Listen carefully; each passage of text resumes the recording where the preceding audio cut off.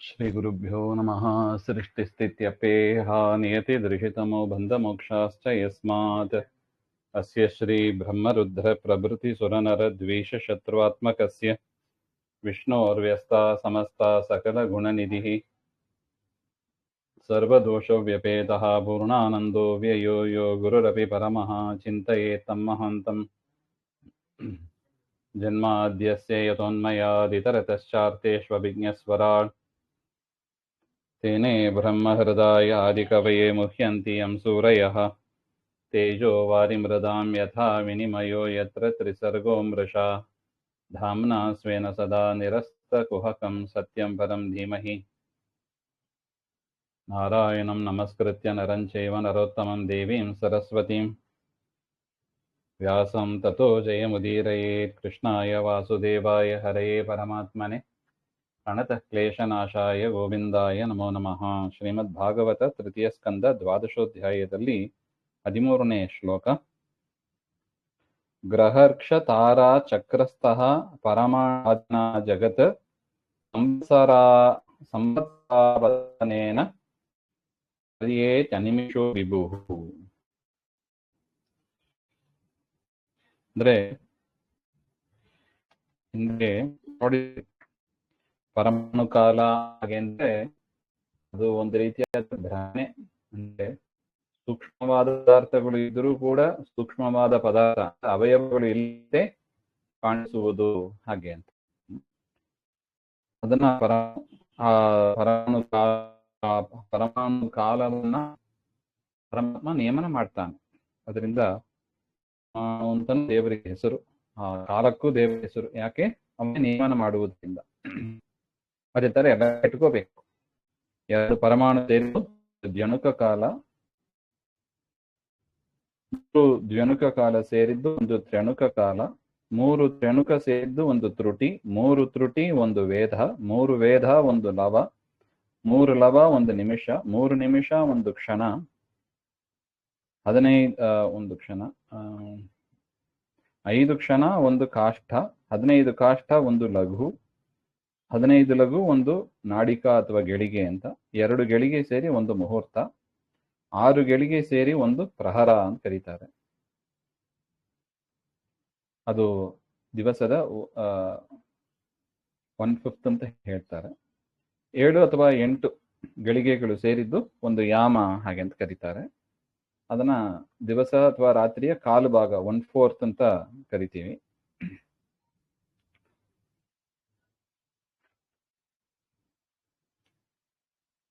ಇದಾದ ಮೇಲೆ 4 ಯಾಮ ಸೇರಿದ್ದು ಹಗಲು, 4 ಯಾಮ ರಾತ್ರಿ ಹಾಗೆ ಅಂತ. ಇದು ಒಂದು ದಿನ ಅಂತ ಆಗ್ತದೆ. ಈ ರೀತಿಯಾಗಿ 15 ದಿವಸಗಳು ಸೇರಿದ್ರೆ ಪಕ್ಷ, ಶುಕ್ಲ ಪಕ್ಷ, ಕೃಷ್ಣ ಪಕ್ಷ ಅಂತ 2 ಪಕ್ಷ ಸೇರಿದ್ರೆ ಅದನ್ನ ಒಂದು ಮಾಸ. ಇದು ಪಿತೃಗಳಿಗೆ, ಪಿತೃದೇವತೆಗಳಿಗೆ ಒಂದು ದಿವಸ ಹಾಗೆ ಅಂತ. ಈ ರೀತಿಯಾಗಿ 2 ಮಾಸಗಳು ಸೇರಿದರೆ ಒಂದು ಋತು, 6 ಮಾಸಗಳು ಸೇರಿದ್ರೆ ಒಂದು ಅಯನ. ಅದು 2 ಅಯನ ಇದೆ, ದಕ್ಷಿಣ ಮತ್ತು ಉತ್ತರ, ದಕ್ಷಿಣಾಯನ ಉತ್ತರಾಯಣ ಅಂತ. ಇದು 2 ಸೇರಿದ್ರೆ ಅದನ್ನ ಒಂದು ಸಂವತ್ಸರ ಅಂತ ಕರಿತೀವಿ. ಇದು ದೇವತೆಗಳಿಗೆ ದೇವಮಾನದ ಪ್ರಕಾರ ಒಂದು ದಿನ ಅಂತ ಲೆಕ್ಕ. ಸಂವತ್ಸರೋ ದ್ವಾದಶ ಸ್ಮೃತಃ, ಒಂದು ವತ್ಸರೋ ದ್ವಾದಶ ಸ್ಮೃತಃ. ವತ್ಸರ ಅಂದ್ರೆ ಅದನ್ನು 12 ತಿಂಗಳು, 12 ತಿಂಗಳು ಸೇರಿದ್ದನ್ನ ಅಂದ್ರೆ 2 ಪಕ್ಷ, ಶುಕ್ಲ ಪಕ್ಷ ಕೃಷ್ಣ ಪಕ್ಷ ಸೇರಿದ್ದು 1 ತಿಂಗಳು, 12 ತಿಂಗಳು ಸೇರಿದ್ರೆ ಅದನ್ನ ಒಂದು ವತ್ಸರ ಅಂತ ಕರಿತೀವಿ ಹಾಗೆ ಅಂತ.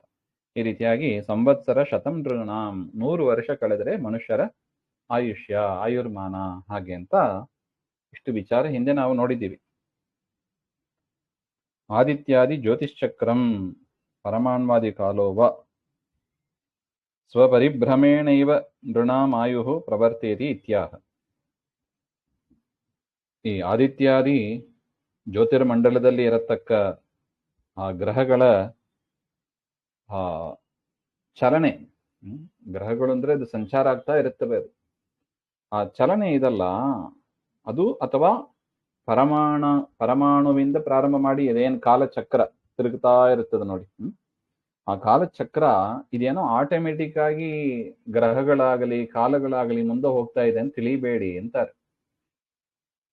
ಎಲ್ಲವೂ ಕೂಡ ಸ್ವಪರಿಭ್ರಮೇಣೈವ, ಪರಮಾತ್ಮ ತಾನು ತಿರುಗಿ ಆ ಪದಾರ್ಥಗಳನ್ನು ಅಂದ್ರೆ ಗ್ರಹಗಳನ್ನು ಕಾಲಗಳನ್ನು ತಿರುಗಿಸ್ತಾನೆ, ಮುಂದೆ ಹೋಗುವಂತೆ ಮಾಡ್ತಾನೆ.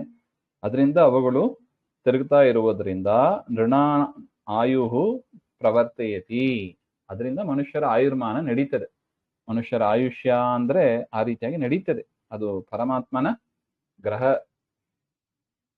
ಗ್ರಹಗಳ ಸಂಚರಣೆ, ಕಾಲದ ಒಂದು ಮುಂದೆ ಹೋಗುವಿಕೆ, ಇದೆಲ್ಲ ಪರಮಾತ್ಮ ಮಾಡಿಸೋದು ಎಂಬುದನ್ನು ತಿಳ್ಕೋಬೇಕು ಅಂತ ಹೇಳ್ತಾ ಇದ್ದಾರೆ. ಗ್ರಹ ಸೂರ್ಯಾದಯ ವೃಕ್ಷಾಣಿ ಅಂದ್ರೆ ಅಶ್ವಿನಿ ಮೊದಲಾದ ನಕ್ಷತ್ರಗಳು ಅಂತ, ತಾರಾಹ ಅಂದ್ರೆ ಧ್ರುವ ಮೊದಲಾದ ತಾರೆಗಳು ಅಂತ, ಗ್ರಹ ನಕ್ಷತ್ರ ತಾರಾಣಾಂ ಚಕ್ರಂ, ಗ್ರಹ ನಕ್ಷತ್ರ ತಾರೆಗಳ ಆ ಚಕ್ರ ಏನಿದೆ ಅದು ಸಂಕ್ರಮಣಾತ್ ಚಕ್ರನಾಮಕಂ ಮಂಡಲಂ ತತ್ರ ಸ್ಥಿತ, ಅಂದ್ರೆ ಅದು ಚಕ್ರಾಕಾರದಲ್ಲಿ ಇರುವ ಮಂಡಲ. ಅದು ಅದಕ್ಕೆ ಚಕ್ರ ಅಂತ ಯಾಕೆ ಹೆಸರು ಹಾಗೆ ಅಂದ್ರೆ ಚಂಕ್ರಮಣಾತ್, ಕ್ರಮವಾಗಿ ಒಂದು ಕ್ರಮದಲ್ಲಿ ಹೋಗ್ತಾ ಇರುತ್ತದೆ, ಅದರಿಂದ ಅದನ್ನು ಚಕ್ರ ಅಂತ ಕರಿತೀವಿ. ಚಕ್ರನಾಮಕಂ ಮಂಡಲಂ, ಆ ಮಂಡಲದಲ್ಲಿ ಪರಮಾತ್ಮ ಇದ್ದವನಾಗಿ ಗ್ರಹ ತಾರೆ ನಕ್ಷತ್ರಗಳು ತಿರುಗುವಂತೆ ಮಾಡಿ, ಪರಮಾಣ್ವಾದಿನ ಅವಸಾನೇನ, ನಾವೇನ್ ನೋಡಿದ್ವಿ, ಪರಮಾಣುವಿಂದ ಶುರು ಮಾಡಿ ಸಂವತ್ಸರ ತನಕ ಆ ಕಾಲೇನ ಸಹ ಜಗನ್ ಮನುಷ್ಯಾದಿ ರೂಪಂ ಪರ್ಯೇತಿ ಸತತಂ ಗಚ್ಚತಿ, ಆ ಗ್ರಹಗಳು ಕಾಲಗಳು ಅದು ಮುಂದೆ ಹೋಗುವಂತೆ ಪರಮಾತ್ಮನೇ ಮಾಡ್ತಾನೆ ಹಾಗೆ ಅಂತ ಅರ್ಥ. ಹರಿರೇವ ಸೂರ್ಯಾದೀನ ಮಂಡಲೇಶು ಸ್ಥಿತ್ವ, ಪರಮಾತ್ಮನೇ ಸೂರ್ಯ ಮೊದಲಾದ ಮಂಡಲಗಳು, ಸೂರ್ಯಮಂಡಲ ಚಂದ್ರಮಂಡಲ ಅಂತ ಹೇಳ್ತೀವಲ್ವಾ, ಆ ಮಂಡಲಗಳಲ್ಲಿ ಇದ್ದು ಪರಮಾಣ್ವಾದಿ ಕಾಲ ವಿಶೇಷಾನ್ ಸೃಷ್ಟ್ವ, ಪರಮಾಣು ಮೊದಲಾದ ಕಾಲ ವಿಶೇಷಗಳನ್ನ ನಾವೇನ್ ನೋಡಿದೀವಿ, ಪರಮಾಣುವಿನಿಂದ ಸಂವತ್ಸರ ಆ ಕಾಲ ವಿಶೇಷಗಳನ್ನೆಲ್ಲ ಸೃಷ್ಟಿ ಮಾಡುತ್ತಾ ತನ್ನಿಯಾಮಕೇನ, ಅದರ ನಿಯಾಮಕನಾಗಿ, ತನ್ನಾಮಕೇನ ಆ ಹೆಸರಿನಿಂದ ಇದ್ದವನಾಗಿ, ಸ್ವರೂಪ ವಿಶೇಷೇನ ಸಹ ಮನುಷ್ಯಾದ್ಯಾಯು ಪ್ರವರ್ತ್ಯತೆ, ತನ್ನ ಸ್ವರೂಪ ಸಾಮರ್ಥ್ಯದಿಂದಲೇ ಎಲ್ಲವನ್ನು ಮಾಡಿ ಮನುಷ್ಯರ ಆಯುಷ್ಯ ಹೋಗುವಂತೆ ಮಾಡ್ತಾನೆ. ಒಂದ್ಸಲ ಯೋಚನೆ ಮಾಡಿ, ಹುಟ್ಟಿದ ಮಗು 1 ತಿಂಗಳು ಮಗು ಕಾಲ ಮುಂದೆ ಹೋಗದೆ ಇದ್ರೆ ಅದರ ಬೆಳವಣಿಗೆನೇ ಇರಲ್ಲ ನೋಡಿ. ಆ 1 ತಿಂಗಳು ಮಗು ಹಾಗೆ ಇರ್ಬೇಕು, ಎಷ್ಟು ದಿವಸ ಅಂತ ಇರ್ಬೇಕು. ಕಾಲಚಕ್ರ ನಡೀತದೆ, 2 ತಿಂಗಳು 3 ತಿಂಗಳು 1 ವರ್ಷ 4 ವರ್ಷ 10 ವರ್ಷ 30 ವರ್ಷ ಅಂತ ವರ್ಷಗಳು ತಿರುಗೋದ್ರಿಂದಲೇ ಬೆಳವಣಿಗೆ ಇತ್ಯಾದಿ ಎಲ್ಲವೂ ನಡೀತಾ ಇದೆ. ಅದೇ ತರ ಸೂರ್ಯ ಚಂದ್ರರ ಗತಿ ಅಂದ್ರೆ ಈ ಜಗತ್ತು ಎಷ್ಟು ಅಸ್ವತಂತ್ರವಾಗಿದೆ, ಪರಮಾತ್ಮನ ಅವಲಂಬಿಸಿ ಎಷ್ಟು ಇದೆ ಎಂಬ ಅದನ್ನ ನಾವು ಅರ್ಥ ಮಾಡ್ಕೋಬಹುದು. ನ ಸೂರ್ಯಾದಯ ಏವ, ಸೂರ್ಯಾದಿಗಳು ಸ್ವತಃ ತಾವೇ ಹೋಗ್ತೇವೆ ಅಂತ ತಿಳ್ಕೋಬೇಡಿ. ಯಾಕೆ? ತೇಷಾಂ ಅಸ್ವತಂತ್ರತ್ವ, ಅದು ಎಲ್ಲವೂ ಕೂಡ ಡಿಪೆಂಡೆಂಟ್, ಯಾವುದು ಸ್ವತಂತ್ರ ಇಲ್ಲ, ಇನ್ನೊಬ್ಬರನ್ನ ಅವಲಂಬಿಸಿ, ಪರಮಾತ್ಮನನ್ನ ಅವಲಂಬಿಸಿಯೇ ಇರೋದು.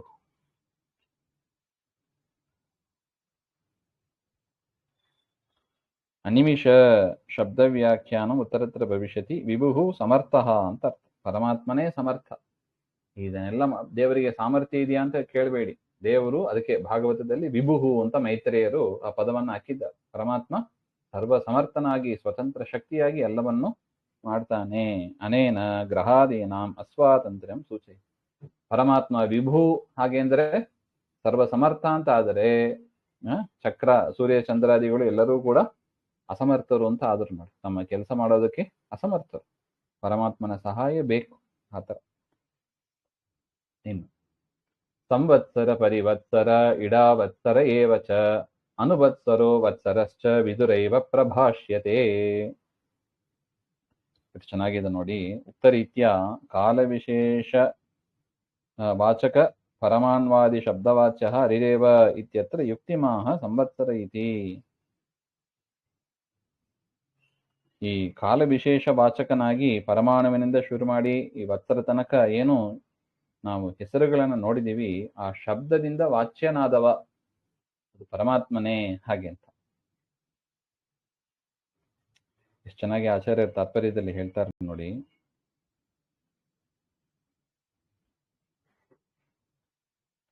ಐದು ವತ್ಸರ ಇದೆ ಅಂದ್ರೆ ಒಂದು ವರ್ಷ ಅಂತ ನಾವೇನು ಕ್ಯಾಲ್ಕುಲೇಟ್ ಮಾಡ್ತೀವಿ, ಅದನ್ನ 5 ರೀತಿಯಾಗಿ ಕ್ಯಾಲ್ಕುಲೇಟ್ ಮಾಡಬಹುದು ಅಂತ. ಸ್ವಲ್ಪ ಜ್ಯೋತಿಷಕ್ಕೆ ಸಂಬಂಧಪಟ್ಟದ್ದು ಇದು.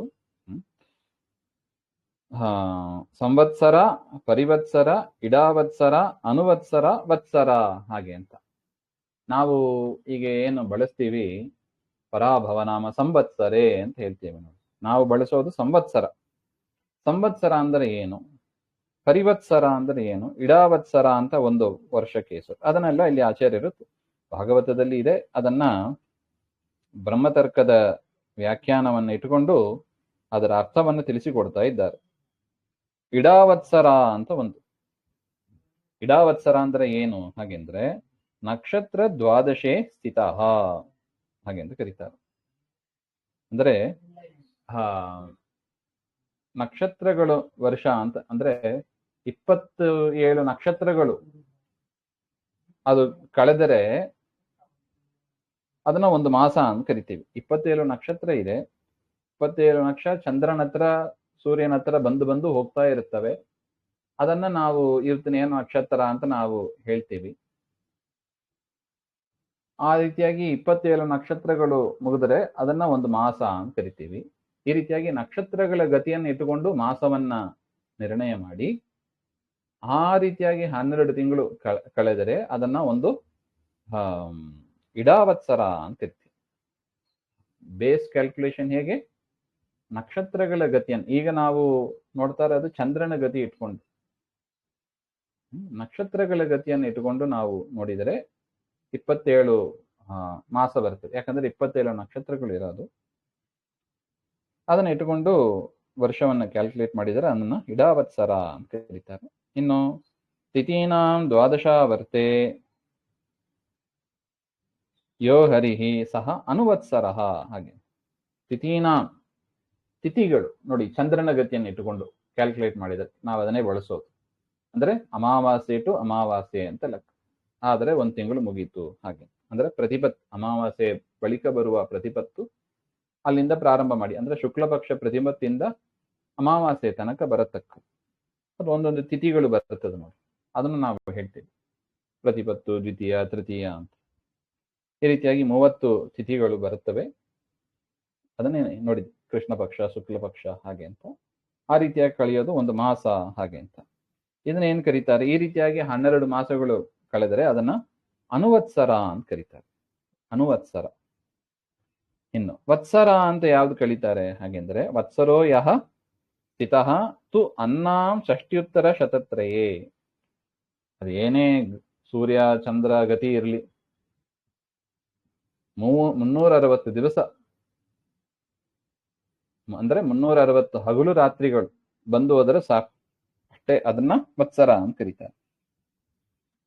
ಈಗಲೂ ನೋಡಿ, ನಮ್ದು ಇಂಗ್ಲಿಷ್ ಕ್ಯಾಲೆಂಡರ್ ಪ್ರಕಾರ 365 ಕಾಲು ಅಂತ ಏನೋ ಒಂದು ದಿವಸ ಲೆಕ್ಕಾಚಾರ ಹೇಳ್ತಾ ಇದ್ದಾರೆ. 365 ದಿವಸ ಹಾಗೆ. ಆದರೆ ನಮ್ಮಲ್ಲಿ 30 ದಿವಸ ಒಂದು ತಿಂಗಳಿಗೆ, 12 ತಿಂಗಳು ಅಂದ್ರೆ 360 ದಿವಸಗಳು ಅಷ್ಟೇ ನಮ್ಮಲ್ಲಿ. ಮತ್ತೆ ಅಧಿಕ ಮಾಸ ಬರುತ್ತದೆ, ಅದರಿಂದ ಅದರ ಲೆಕ್ಕಾಚಾರ ಅದರಲ್ಲಿ ಕ್ಯಾಲ್ಕುಲೇಟ್ ಆಗ್ತದೆ ಹಾಗೆ. ಅದನ್ನ ವತ್ಸರ ಅಂತ ಕರೀತಾರೆ. 360 ದಿವಸಗಳು ಕಳೆಯೋದು ಅದು ವತ್ಸರ ಹಾಗೆ. ಅದನ್ನ ಇಟ್ಕೊಂಡು ಕ್ಯಾಲ್ಕುಲೇಟ್ ಮಾಡೋದು. ಇನ್ನು ಗುರುವಾವರ್ತೆ ದ್ವಾದಶಾಂಶೆ ಯಹ ಸ್ತಃ ಸಹ ಪರಿವತ್ಸರ ಹಾಗೆ. ಹೇಗೆ ಚಂದ್ರ, ನಕ್ಷತ್ರಗಳು, ಸೂರ್ಯ ಅದರ ಚಲನೆಯನ್ನು ಇಟ್ಟುಕೊಂಡು ಮಾಡ್ತೀವಿ, ಅದೇ ತರ ಗುರುಗ್ರಹ, ಆ ಗುರುಗ್ರಹ ಯಾವ ರಾಶಿಯಿಂದ ಯಾವ ರಾಶಿಗೆ ಚಲನೆ ಆಗ್ತಾ ಇದ್ದಾರೆ ಅದನ್ನ ಇಟ್ಟುಕೊಂಡು ನಾವು ಲೆಕ್ಕ ಮಾಡಿದರೆ ಅದನ್ನ ಪರಿವತ್ಸರ ಅಂತ. ಅಂದ್ರೆ ಒಂದು ರಾಶಿಯಿಂದ ಇನ್ನೊಂದು ರಾಶಿಗೆ ಮೂವ್ ಆಗೋದಕ್ಕೆ 1 ವರ್ಷ ಬೇಕು ಅಂತ ಗುರು. ಆ ಗುರುವಿನ ಚಲನೆಯನ್ನು ಇಟ್ಟುಕೊಂಡು ಮಾಡಿದರೆ ಅದನ್ನ ಪರಿವತ್ಸರ ಅಂತ ಹೇಳ್ತಾರೆ. ಸೌರ ಮಾಸೆ ಯಹ ಸ್ತಃ ಸಂವತ್ಸರ ಹರಿಹಿ ಹಾಗೆ. ಇನ್ನು ಸೂರ್ಯ ಒಂದೊಂದು ರಾಶಿಯಲ್ಲಿ ಪ್ರವೇಶ ಮಾಡ್ತಾನೆ, ಅದನ್ನೇ ನಾವು ಸೌರಮಾನ ಅಂತ ಕರಿತೀವಿ. ಸೂರ್ಯಮಾನ ಯುಗಾದಿ, ಚಂದ್ರಮಾನ ಯುಗಾದಿ ಅಂತ ನಾವು ಹೇಳ್ತೀವಿ ಅಲ್ವಾ. ಅದು ಸೂರ್ಯನ ಗತಿಯನ್ನು ಇಟ್ಟುಕೊಂಡು ಸೂರ್ಯ ಯಾವ ರಾಶಿಯಲ್ಲಿ ಇರ್ತಾನೆ ಅದು ನೋಡ್ಕೊಂಡು ಅದನ್ನೇ ಸಂಕ್ರಮಣ ಅಂತ ಕರೆಯೋದು. ಮೇಷ ಸಂಕ್ರಮಣ, ಮಕರ ಸಂಕ್ರಮಣ ಅಂತೆಲ್ಲ ಕರೆಯೋದು. ಆ ರೀತಿಯಾಗಿ ಸೂರ್ಯ 12 ರಾಶಿಯಲ್ಲಿ ಚಲನೆ ಮಾಡ್ತಾನೆ. ಆ 12 ರಾಶಿಯಲ್ಲಿ ಚಲನೆ ಮಾಡಿ ಮುಗಿಯೋದನ್ನ ಒಂದು ಸಂವತ್ಸರ ಅಂತ ಕರಿತೀವಿ.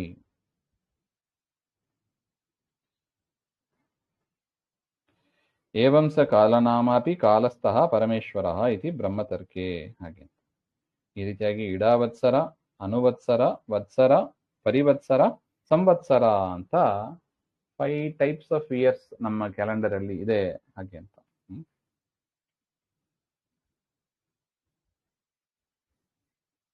ಇದೆಲ್ಲವೂ ಕೂಡ ಪರಮಾತ್ಮನದ್ದೇ ಹೆಸರು. ಚೆನ್ನಾಗಿ ಅರ್ಥ ಕೂಡೋದು ಆ ಗ್ರಹಗಳ, ನಕ್ಷತ್ರಗಳ ಯಾವುದೇ ಇರಲಿ, ಅದರ ಚಲನವಲನೆ ಪರಮಾತ್ಮನೇ ಒಳಗಿದ್ದು ಮಾಡ್ತಾನೆ. ಅದರಿಂದ ಅವನೇ ಇದಕ್ಕೆ ಮುಖ್ಯ ಹೆಸರು, ಅವನೇ ನಿಯಾಮಕ. ಹಾಗೆ ಅಂತ ತಿಳಿಸಿಕೊಟ್ಟು, ಯಸೃಜ್ಯ ಶಕ್ತಿ ಮೃಧೋಚ್ಛ್ವಸಯನ್ ಸ್ವಶಕ್ತಿಯ ಪುಂಸೋ ಭ್ರಮಾಯ ದಿವಿಧಾವತಿ ಭೂತಭೇದ ಕಾಲಾಖ್ಯಯ ಗುಣಮಯಿ ಕೃತುಭಿರ್ವಿತನ್ವಂ ತಸ್ಮೈ ಬಲಿಂ ಹರತ ವತ್ಸರ ಪಂಚಕಾಯ. ಇದನ್ನೆಲ್ಲ ಯಾಕೆ ಹೇಳ್ತಾ ಇದ್ದೀರಿ ಅಂತ ಒಂದು ಪ್ರಶ್ನೆ ಬರಬಹುದು ನಿಮಗೆ. ವಿದುರ ಪ್ರಶ್ನೆ ಮಾಡಿದ ನೋಡಿ, ಪರಮಾತ್ಮ ಅನೇಕ ರೂಪಗಳನ್ನು ತೆಗೆದುಕೊಳ್ತಾನೆ, ಅದರ ವಿಸ್ತಾರವನ್ನು ಹೇಳಿ ಹಾಗೆ ಅಂತ. ಅದರಿಂದ 3 ರೂಪ ಹೇಳಿದರು, ಬ್ರಹ್ಮ, ವಿಷ್ಣು, ಮಹೇಶ್ವರ ಹಾಗೆ ಅಂತ.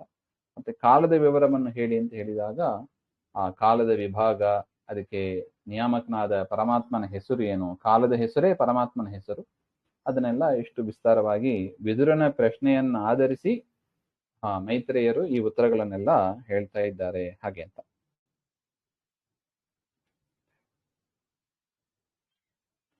ಏತಾದೃಶ ಕಾಲನಿಯಾಮಕ ಹರಿಃ ಪರಮೋಪಕಾರಿತ್ವಾ ಸರ್ವೈಃ ಪೂಜನೀಯಃ ಇತ್ಯಾಶಯೇನ ಆಹ ಯೈತಿ. ಈ ರೀತಿಯಾಗಿ ಪರಮಾತ್ಮ ಈ ಕಾಲಗಳನ್ನು ತಿರುಗಿಸಿ ಪರಮ ಉಪಕಾರ ಮಾಡ್ತಾ ಇದ್ದಾನೆ. ಅವನು ಪರಮಾತ್ಮನ ಉಪಕಾರ ಪರಮ ಉಪಕಾರ, ಅದು ಹೇಳಿ ಸಾಧ್ಯ ಇಲ್ಲ. ಒಂದೊಂದು ಜೀವರಾಶಿಯ ಉದ್ಧಾರಕ್ಕಾಗಿ ಪರಮಾತ್ಮ ತಾನು ಮಾಡುವ ಒಂದು ಪ್ರಯತ್ನ ಇದೆ ನೋಡಿ, ಅದು ಎಷ್ಟು ಜನ್ಮಗಳ ಪ್ರಯತ್ನವೋ ಅದು ಹೇಳಲಿಕ್ಕೂ ಬಾಯಿ ಇಲ್ಲ, ಹಂಗಿದೆ ಅದು. ಅದನ್ನೇ ಇಲ್ಲಿ ತೋರಿಸಿಕೊಡ್ತಾ ಇದ್ದಾರೆ. ಯಹ ಕಾಲಾಂತರ್ಯಾಮಿ ಹರಿಃ, ಕಾಲಾಂತರ್ಯಾಮಿಯಾದ ಪರಮಾತ್ಮ ಸೃಜ್ಯ ಶಕ್ತಿ ಮುರುಧ ಅನೇಕ ಪ್ರಕಾರೇಣ ಉಚ್ಛ್ವಸಯನ್ ಉದ್ಬೋಧಯನ್ ಪುಂಸಃ ವಿಹಿತ ಕರ್ಮ ಕರ್ತು ಭ್ರಮಾಯ ಯಜ್ಞಾದಿ ಕರ್ಮಾಂಗ ಕಾಲಭ್ರಮಾಭಾವಾಯ ಯಜ್ಞಾದಿ ಪ್ರವೃತ್ತಯೇ ದಿವಿ ಅಂತರಿಕ್ಷೆ ಧಾವತಿ ಜ್ಯೋತಿಶ್ಚಕ್ರಂ ಗತಃ. ಪರಮಾತ್ಮ ಯಾಕೆ ಮಾಡಿದ ಹಾಗೆ ಅಂದರೆ, ಜ್ಯೋತಿಶ್ಚಕ್ರಕ್ಕೆ ಅಂದರೆ ಗ್ರಹ ನಕ್ಷತ್ರಗಳನ್ನು ಯಾಕೆ ತಿರುಗಿಸ್ತಾನೆ ಹಾಗೆ ಅಂದರೆ, ಯಜ್ಞಾದಿ ಪ್ರವೃತ್ತಯೇ, ಯಜ್ಞಾದಿ ಕರ್ಮಗಳು ಪ್ರವೃತ್ತ ಆಗಬೇಕು ನೋಡಿ. ಕೆಲವು ಯಜ್ಞಗಳನ್ನ ವಸಂತ ಋತುವಿನಲ್ಲಿ ಮಾಡಬೇಕು. ಕಾಲದ ಪರಿಚಯವೇ ಇಲ್ಲ ಅಂದ್ರೆ ಯಾವಾಗ ವಸಂತ ಋತು ಬರುತ್ತದೆ ಹೋಗ್ತದೆ ಗೊತ್ತೇ ಆಗೋದಿಲ್ಲ ನೋಡಿ. ಏಕಾದಶಿ ನಮಗೆ ಗೊತ್ತಿದ್ದರನೇ ಮಾಡ್ಲಿಕ್ಕಾಗ್ತದೆ, ಗೊತ್ತಿಲ್ಲ ಅಂದ್ರೆ ಏಕಾದಶಿ ಏನ್ ಮಾಡೋದು? ಅದರಿಂದ ಪರಮಾತ್ಮ ಜ್ಯೋತಿರ್ಮಂಡಲಕ್ಕೆ ಪ್ರವೇಶ ಮಾಡಿ ಅದನ್ನೆಲ್ಲ ತಿರುಗುವಂತೆ ಮಾಡಿದ್ದು ಯಾತಕ್ಕೆ ಹಾಗೆಂದ್ರೆ ಯಜ್ಞಾದಿಗಳ ಪ್ರವೃತ್ತಿಗಾಗಿ ಅಂತ ಒಂದು ಪ್ರಯೋಜನ ಹೇಳಿದರು. ಪ್ರಯೋಜನಾಂತರಮಃ ಇನ್ನೊಂದು ಪ್ರಯೋಜನವನ್ನು ಹೇಳ್ತಾರೆ. ಭೂತಾನಾಂ ಪ್ರಾಣಿನಾಂ ಭೇದ ಜ್ಯೇಷ್ಠ್ಯ ಕಾನಿಷ್ಠ್ಯ ಭೇದ ಜ್ಞಾಪ್ತಿ ಯಸ್ಮಾತ್. ನೋಡಿ, ಆ ಕಾಲದ ಬಲ ಇರುವುದರಿಂದಲೇ ಇವನು ಮೊದಲು ಹುಟ್ಟಿದವ, ಇವನು ಅನಂತರ ಹುಟ್ಟಿದವ, ಇವನಿಗೂ ಇಷ್ಟು ವರ್ಷ ವ್ಯತ್ಯಾಸ ಇದೆ ಹಾಗೆಂತ ಹೇಳಿಕ್ ಬರ್ತದೆ. ಹೌದಲ್ಲ?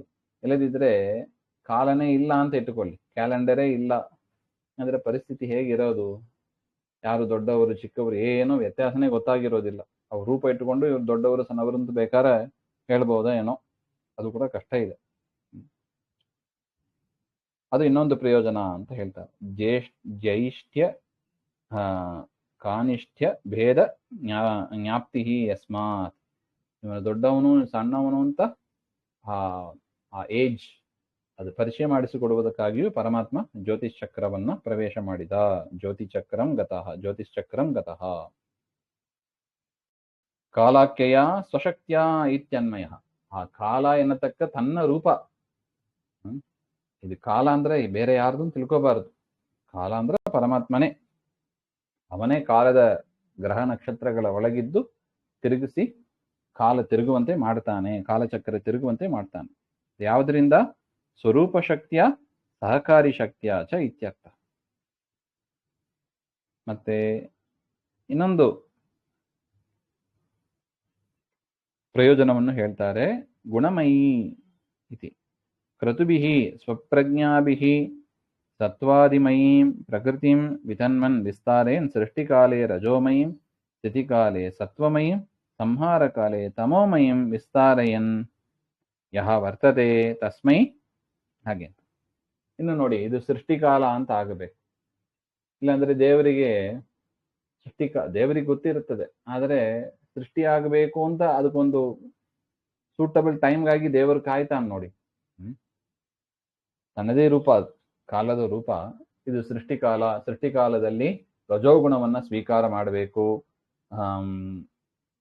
ಇನ್ನು ಸಂರಕ್ಷಣೆ ಮಾಡುವ ಕಾಲದಲ್ಲಿ ಸತ್ವಗುಣವನ್ನ ಸ್ವೀಕಾರ ಮಾಡಬೇಕು. ಪ್ರಳಯ ಕಾಲದಲ್ಲಿ ತಮೋಗುಣವನ್ನ ಸ್ವೀಕಾರ ಮಾಡಬೇಕು. ಇದೆಲ್ಲ ಹೆಂಗ್ ಗೊತ್ತಾಗ್ತದೆ? ಕಾಲ ಬಂದ್ರನೇ ಗೊತ್ತಾಗೋದು. ಅದರಿಂದಲೇ ನೋಡಿ, ದೇವತೆಗಳು ಹೋಗಿ ಪ್ರಹ್ಲಾದನನ್ನ ಪ್ರಾರ್ಥನೆ ಮಾಡಿದರಂತೆ, ದೇವರನ್ನ ಪ್ರಾರ್ಥನೆ ಮಾಡಿದರಂತೆ, ಸ್ವಾಮಿ ಈ ಹಿರಣ್ಯಕಶಿಪುವಿನ ಕಾಟ ಸಹನೆ ಮಾಡ್ಲಿಕ್ಕೆ ಆಗಲಿಲ್ಲ ಅಂತ ದೇವತೆಗಳು ಪ್ರಾರ್ಥನೆ ಮಾಡಿದಾಗ ಪರಮಾತ್ಮ ಹೇಳಿದನಂತೆ, ಅವನು ನನ್ನ ಭಕ್ತನಾದ ಪ್ರಹ್ಲಾದನನ್ನ ಹಿಂಸೆ ಮಾಡ್ತಾನೆ, ಕಾಲಂ ತಾವತ್ ಪ್ರತೀಕ್ಷತ, ಹಾಗೇನು ಅಷ್ಟು ಸಮಯ ತನಕ ಕಾಯಿರಿ ಹಾಗೆಂತ ಕಾಲದ ಮೇಲೆ ಹಾಕ್ಬಿಟ್ಟ. ಕಾಲ ಬರಬೇಕು, ಹಾಗೆ ಕಾಲ ಬಂದ್ರನೇ ಮಾಡೋದು ದೇವರು. ಅದರಿಂದಲೇ ದೇಶ ಕಾಲ ಅದಕ್ಕೆಲ್ಲ ನೋಡಿ ಪರ್ವಕಾಲ ಅಂತೆಲ್ಲ ಕರಿತೀವಿ. ಅದಕ್ಕೆ ಅಷ್ಟು ಮಹತ್ವ ತಂದು ಕೊಟ್ಟದ್ದು ಯಾರು? ಹಾಗೆ ಅಂದ್ರೆ ದೇವರೇ. ಏಕಾದಶಿ ಇರ್ಬೋದು, ಗ್ರಹಣ ಕಾಲ ಅಂತ ಇರ್ಬೋದು, ಅಥವಾ ಸಂಧ್ಯಾಕಾಲ, ಪ್ರಾತಃ ಸಂಧ್ಯಾ ವಂದನೆ, ಮಧ್ಯಾಹ್ನ ಸಂಧ್ಯಾ ವಂದನೆ, ಸಾಯಂ ಸಂಧ್ಯಾ ವಂದನೆ, ಆ ಸಂಧ್ಯಾ ಕಾಲಗಳು ದೇವತೆಗಳು ಕೂಡ ಈ ಕಾಲಕ್ಕೆ ಬದ್ಧರಾಗಿ ಇರ್ತಾರೆ. ಅಂದ್ರೆ ಪರಮಾತ್ಮನ ಆಳುವಿಕೆಗೆ ಒಳಪಟ್ಟೇ ಇರ್ತಾರೆ ಹಾಗೆ ಅಂತ. ಅದರಿಂದ ಅಂತ ಪರಮಾತ್ಮನಿಗೆ ಸಂವತ್ಸರ ಪಂಚಕಸ್ಥಾಯ, ಈ 5 ವಿಧವಾದ ಸಂವತ್ಸರದ ಒಳಗೆ ನಿಯಾಮಕನಾಗಿ ಇರುವ ಆ ಪರಮಾತ್ಮನಿಗೆ ಹರಯೇ ಬಲಿಂ ಪೂಜಾಂ ಹರತ, ಆ ಪರಮಾತ್ಮನ ಪೂಜೆಯನ್ನ ಮಾಡ್ರಿ ಹಾಗೆಂತ.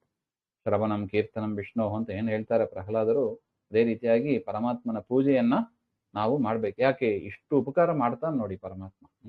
ಒಂದ್ಸಲ ಯೋಚನೆ ಮಾಡಿದ್ರೆ ಅರ್ಥ ಆಗ್ತದೆ ನೋಡಿ, ಕಾಲದ ಬೆಲೆ ಏನು ಹಾಗೆ ಅಂತ. ಕಾಲ ಕಾಲಕ್ಕೆ ಮಳೆ ಬರಬೇಕು, ಕಾಲ ಕಾಲಕ್ಕೆ ಸೂರ್ಯ ಬರಬೇಕು. ಸೂರ್ಯ ಉದಯ ಆಗದೆ ಹೋದ್ರೆ ಏನ್ ಮಾಡೋದು? ಕಾಲ ಕಾಲಕ್ಕೆ ಚಂದ್ರ ಬರಬೇಕು. ಬರೀ ಸೂರ್ಯನೇ ಬರ್ತಾ ಇದ್ರೆ ಏನಾಗೋದು? ಅದರಿಂದ ಕಾಲಕ್ಕೆ ತಕ್ಕಂತೆ ಎಲ್ಲವನ್ನು ಪರಮಾತ್ಮ ತಿರುಗುವಂತೆ ಮಾಡ್ತಾನೆ. ನೋಡಿದ್ರೆ ಕಾಲ ಯಾರಲ್ಲ, ಪರಮಾತ್ಮ ಸ್ವತಃ ತಾನೇ ಸ್ವರೂಪ ಶಕ್ತಿಯ ಅಂತ ಅದಕ್ಕೆ ಮೇಲಿಂದ ಮೇಲೆ ಹೇಳ್ತಾ ಇದ್ದಾರೆ. ಇದಾದ ಮೇಲೆ ವಿದುರ ಮತ್ತೆ ಪ್ರಶ್ನೆಯನ್ನು ಮಾಡ್ತಾನೆ. ಅದೇನೆಂಬುದನ್ನ ನಾಳೆ ಸೇರಿದಾಗ ನೋಡೋಣ. ಶ್ರೀಮದ್ ಅಂತರ್ಗತ ಶ್ರೀಕೃಷ್ಣ ಅರ್ಪಣಮಸ್ತು. ಶ್ರೀ ಹರೇ ನಮಃ.